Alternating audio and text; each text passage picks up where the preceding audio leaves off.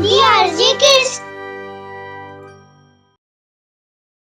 गोष्ट मेहनती रमण. भरतपूर नावाच्या गावात राघव आणि रमण नावाचे दोन भाऊ राहत होते. दोघांमध्ये खूप प्रेम होतं. गावातले त्यांच्या एकमेकांवरचं प्रेम पाहून खुश व्हायचे. राघव खूप आस्तिक होता, पण कामचोरही होता. पण रमण खूप मेहनती होता. त्या दोघांनी मिळून 1 एकर जमीन खरेदी केली. रमण, आता तू बघ, यात शेती करून आपण दोघं खूप पैसे कमवूया. हो दादा, आता आपल्याकडे आपली जमीन आहे.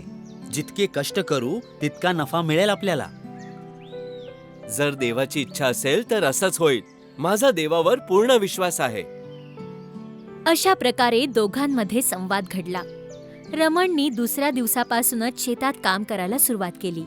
जमिनीतून गवत साफ केलं, माती खणली आणि बिया पेरल्या. पण राघव फक्त देवळात देवासमोर आशीर्वाद मागत राहायचा. देवा, सगळं तुमच्या हातातच आहे. माणूस जे काही करतो ते सगळं तुमच्यामुळेच होतं. माझ्यावर सुद्धा तुमची कृपा बनवून ठेवा. इथे रमणच्या मेहनतीचं फळ मिळालं. दिवस गेले, महिने गेले, सगळीकडे हिरवळ पसरली. बघितलंस दादा, किती छान पीक उगवलंय आपल्या शेतात. सगळा देवाचा आशीर्वाद आहे. मी दररोज देवाकडे आशीर्वाद मागितला आहे, त्यामुळेच हे शक्य झालं आहे. हे ऐकून रमण काहीच बोलला नाही. फक्त मन लावून तो शेतात काम करत राहिला. आणि राघव देवाकडे जाऊन प्रार्थना करायचा आणि दिवसभर दुसऱ्यांच्या कामात डोकावायचा. अरे ओ हरी काका, काय करताय? बघतोयस ना बाळा, शेतात काम करतो आहे. अरे काका, तुमचं वय काम करायचं नाही तर घरी आराम करायचा आहे. जर का मी आराम केला तर माझं काम कोण करेल? अहो काका, देव आहे ना, त्यांची पूजा केली तर तुम्हाला काम करायची गरज नाही पडणार. हे तू काय बोलतोयस बाळा? त्यांची पूजा तर मी रोज करतो, पण मला काम तर करावंच लागेल ना. माझ्याकडे बघा, मी तर काही नाही करत. पण तुझा भाऊ तर करतो ना.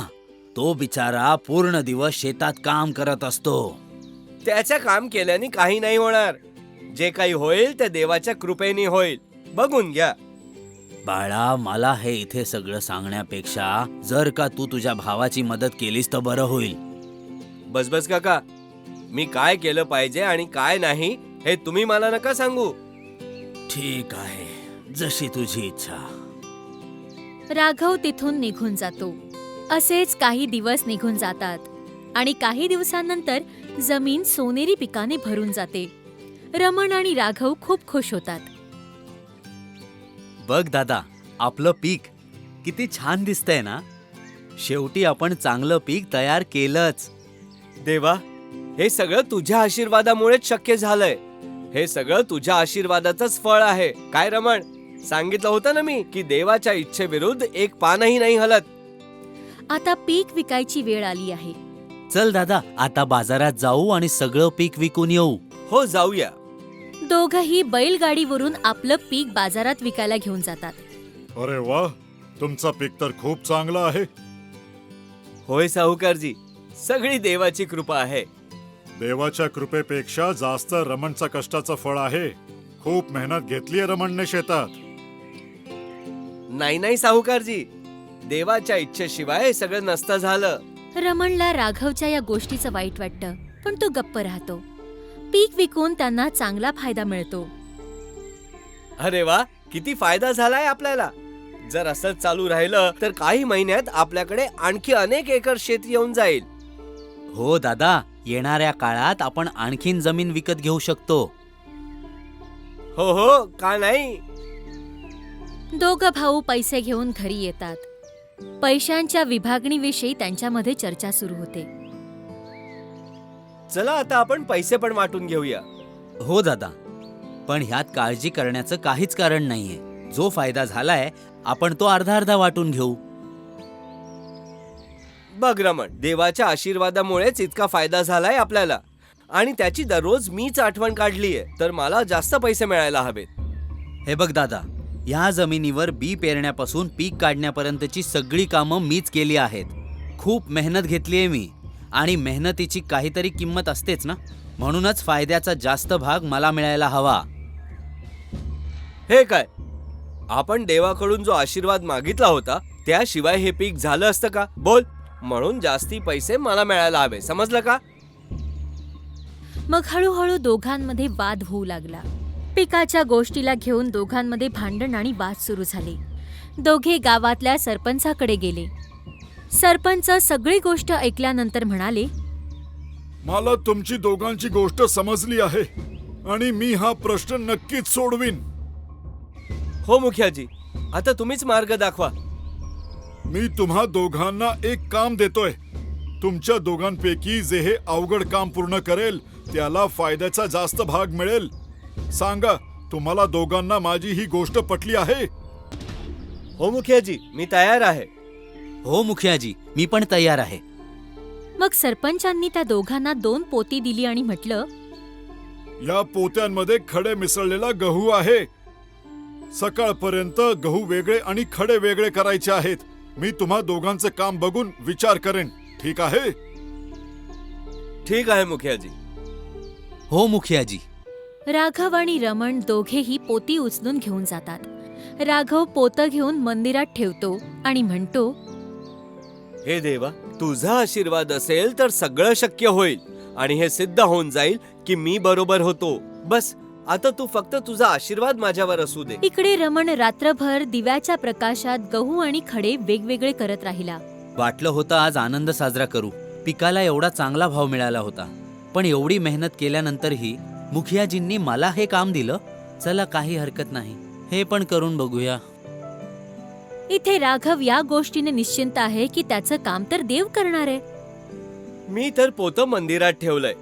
देव माझं सगळं काम करून टाकतील. मला काही करायची गरज नाहीये. आता मी आरामात झोपून जातो.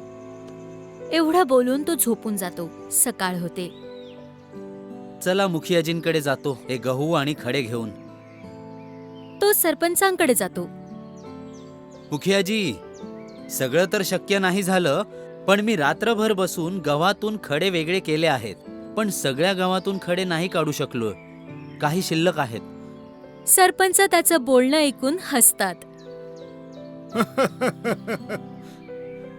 आता राघवने काय केलंय ते पण तर बघायचंय. त्याच्यानंतरच काही निर्णय घेईन.